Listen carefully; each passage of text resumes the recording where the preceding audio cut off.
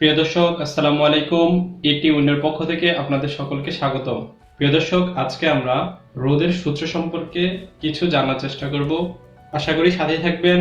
আপনি যদি আমার চ্যানেলে নতুন হয়ে থাকেন তাহলে অবশ্যই আমার চ্যানেলটি সাবস্ক্রাইব করবেন এবং পাশে থাকা বেল আইকনটিতে ক্লিক করবেন যাতে পরবর্তী ভিডিও পেতে সহজ হয়। রোধের সূত্র।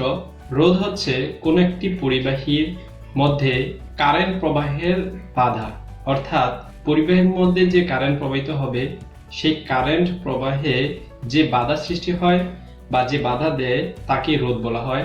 তো এই রোধ বিভিন্ন পদার্থের বিভিন্ন রকমের হয়ে থাকে। কোনো কোনো পরিবাহীর রোধ খুবই কম, আবার কোনো কোনো পরিবাহীর রোধ অনেক বেশি। যেমন কপার বা তামার পরিবাহীর যে পরিমাণ রোধ হবে অ্যালুমিনিয়ামের সেই পরিমাণ রোধ নয়, আবার অ্যালুমিনিয়ামের যে পরিমাণ রোধ হবে স্বর্ণের সেই পরিমাণ রোধ নয়।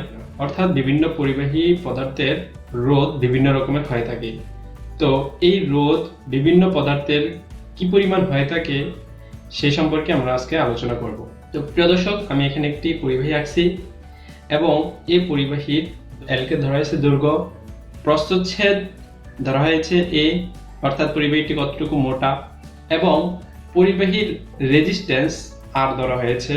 তো এই পরিবাহীর রোধ কতগুলো উপাত্তের উপর নির্ভর করে এবং উহারা যে নিয়ম বা সূত্র মেনে চলে তাকে রোধের সূত্র বলে। তো এখন আমরা জানবো কি কি বিষয় কি কি উপাত্তের উপর এই পরিবাহীর রোধ নির্ভর করে। এক নাম্বার হচ্ছে যে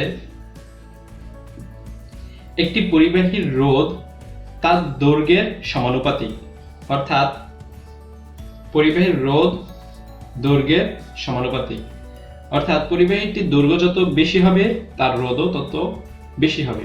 পরিবাহীর দৈর্ঘ্য কমতে থাকলে রেজিস্ট্যান্স কমতে থাকবে। দ্বিতীয় যে উপাত্তের উপর নির্ভর করে পরিবাহীর রোধ, সেটা হচ্ছে যে পরিবাহীর প্রস্থচ্ছেদ, অর্থাৎ এই যে মোটা, এর উল্টানুপাতিক। পরিবাহীর রোধ পরিবাহীর প্রস্থচ্ছেদের উল্টানুপাতিক বা ব্যস্তানুপাতিক, অর্থাৎ 1/a।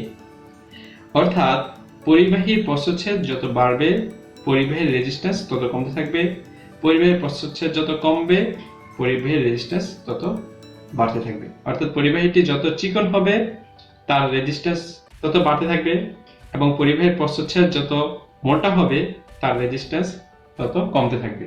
প্রিয় দর্শক, আমরা এই দুইটি ইকুয়েশনকে এখন একত্রে লিখতে পারি আর সমানুপাতিক L/A, বা আমরা লিখতে পারি আর সমান সমান রো L/A।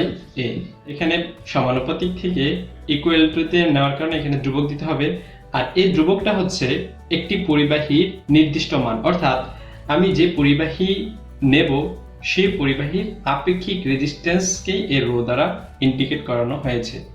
ওই যে আমি বলেছিলাম যে বিভিন্ন পরিবাহীর আপেক্ষিক রেজিস্ট্যান্স অর্থাৎ রেজিস্টিভিটি বিভিন্ন রকমের হয়ে থাকে। যেমন কপারের যে পরিমাণ আপেক্ষিক রেজিস্ট্যান্স হবে অ্যালুমিনিয়ামের সেই পরিমাণ নয়, কারণ কপারের মধ্যে দিয়ে যে পরিমাণ কারেন্ট প্রবাহিত হবে অ্যালুমিনিয়ামের মধ্যে দিয়ে সেই পরিমাণ কারেন্ট প্রবাহিত হবে না, আবার স্বর্ণের মধ্যে দিয়ে আবার সেই পরিমাণ কারেন্ট প্রবাহিত হবে না, তার চাইতে বেশি হবে।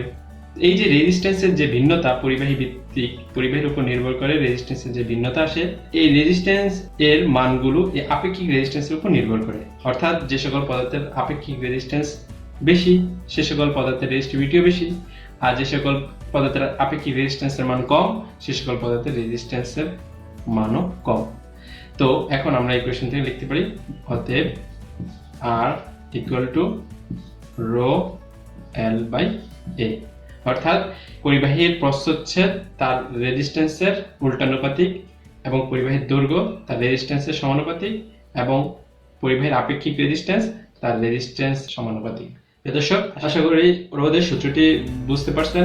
প্রিয় দর্শক, যদি বুঝে থাকেন তাহলে অবশ্যই আমার চ্যানেলটি সাবস্ক্রাইব করবেন এবং যদি না বুঝে থাকেন বা কোথাও বুঝতে অসুবিধা হয় তাহলে অবশ্যই কমেন্ট বক্সে জানাবেন।